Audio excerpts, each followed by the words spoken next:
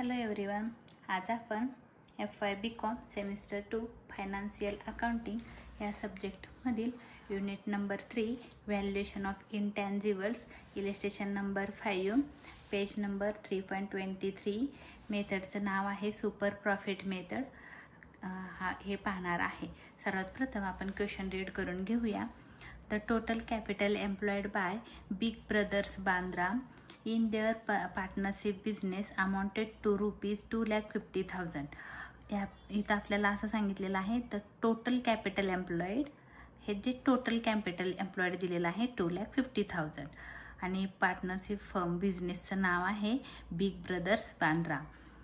The trading profit of the firm for the last 4 years are as follows. त्याने आपल्याला खाली profit दिलेला आहे 4 वर्षाचा। इयर दिलेला आहे 16, 17, 18, 19 आणि हा प्रॉफिट दिलेला आहे, इथं लॉस दिलेला नाही।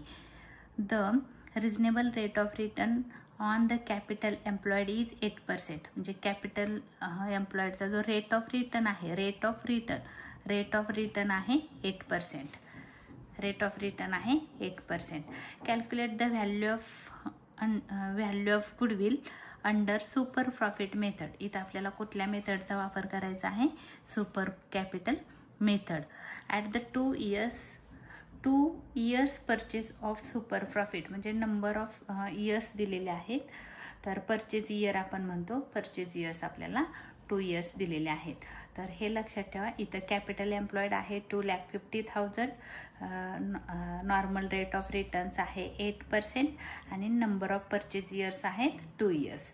आणि आपल्याला कॅल्क्युलेट करायचं आहे, गुडविल कॅल्क्युलेट करायची आहे। मेथडचं नाव आहे सुपर प्रॉफिट मेथड। क्वेश्चन सर्वात प्रथम व्यवस्थित रीड करून घ्या।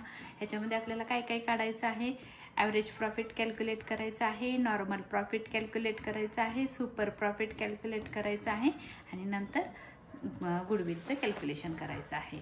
तर मग आपण आन्सरला सुरुवात करूया। सर्वात प्रथम आहे calculation of average profit.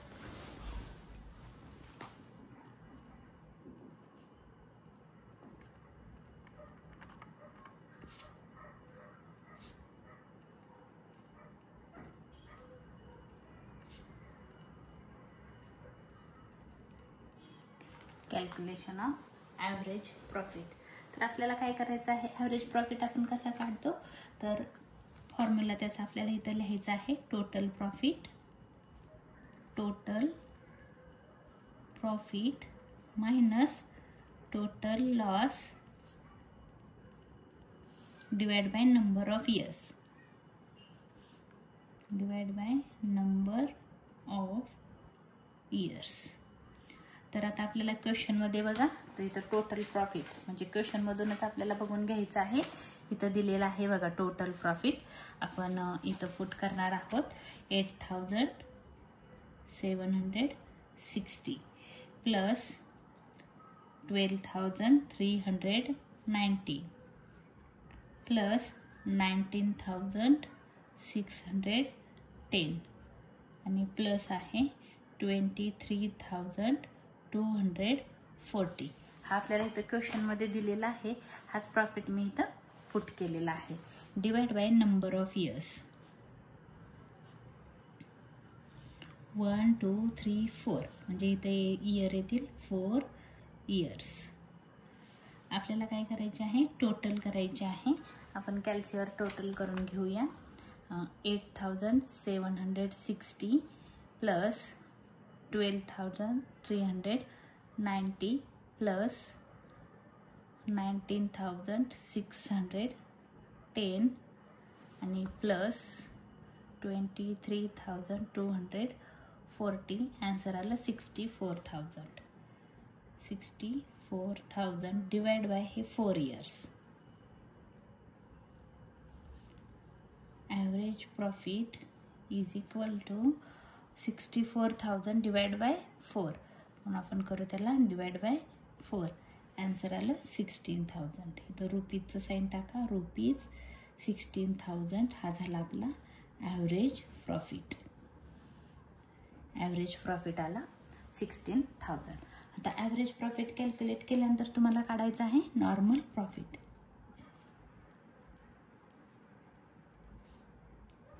calculation of normal profit.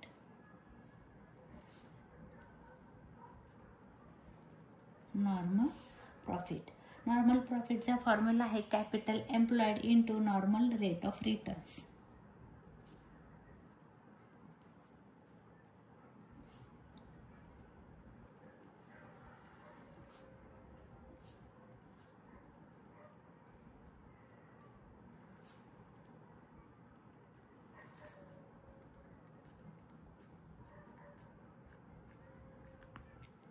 Normal rate of return. तर कॅपिटल एम्प्लॉयड बघा तुम्हाला क्वेश्चनमध्ये दिलेला आहे. कॅपिटल एम्प्लॉयड आहे 2,50,000 आणि नॉर्मल रेट ऑफ रिटर्न आहे 8%. तर कॅपिटल एम्प्लॉयड आहे 2,50,000 इंटू 8% इंटू इथं सांगितलेलं आहे 8%. तर क्वेश्चन कसा आन्सर कसं फाइंड करायचं आहे बघा. 2,50,000 इंटू 8 आणि पर्सेंटचं साईन टाकायचं आहे 20,000. मी तुम्हाला दुसरी एक मेथड दाखवते.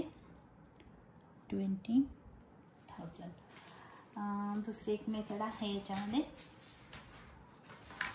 तुमच्याकडं कॅल्क्युलेटर असतो, तुम्हाला मोबाईल अलाउड नसतो कॅल्क्युलेशन करायला.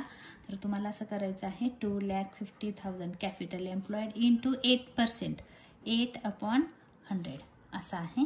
या 2 झिरोला हे 2 झिरो कट झाले आणि तुम्हाला आन्सर काढायचा आहे 2,500 इंटू 8. तुमचा आन्सर येणार आहे बघा इथं 2,500 इंटू 8 बरोबर 20,000च येईल. तर आन्सर तुम्हाला असं पण तुम्ही कॅल्क्युलेट करू शकता. हे झालं नॉर्मल रेट ऑफ रिटर्न्स. त्याच्यानंतर आपल्याला काढायचं आहे super profit.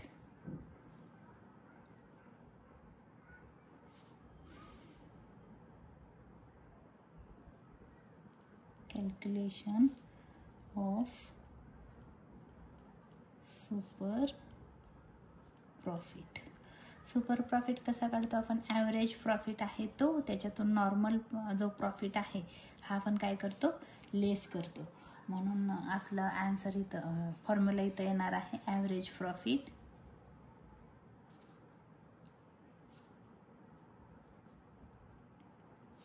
Minus normal profit.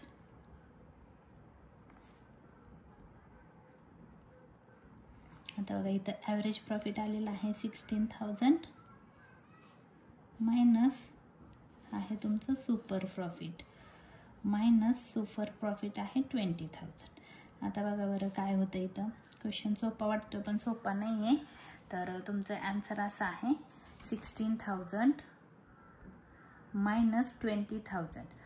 16,000मधून 20,000 minus होत नाही, मग आन्सर निगेटिव्ह येत आहे म्हणजे मायनस 4,000 जे आपलं सुपर प्रॉफिट आलेलं आहे. देअरफॉर सुपर प्रॉफिट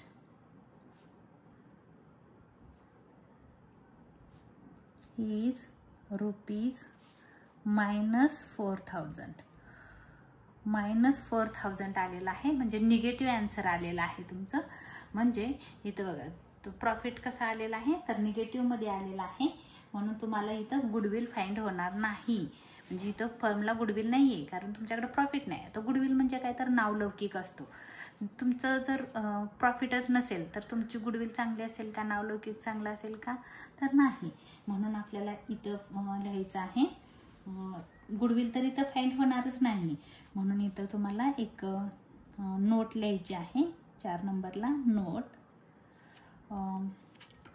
तर सोप्या भाषेतल्या the goodwill, the value of goodwill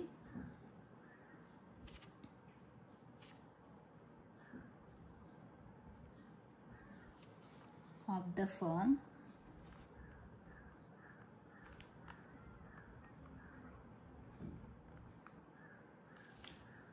is 0. इथं काय झालेलं आहे तुमच्या फर्मची व्हॅल्यू काय झालेली आहे, गुडविलची व्हॅल्यू 0 झालेली आहे. का 0 झाली तर ॲज द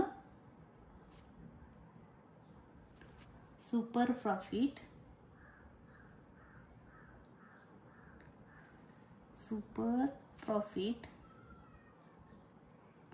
हा काय आलेला आहे, सुपर प्रॉफिट तुमचा निगेटिव्ह आलेला आहे. Super profit is showing negative.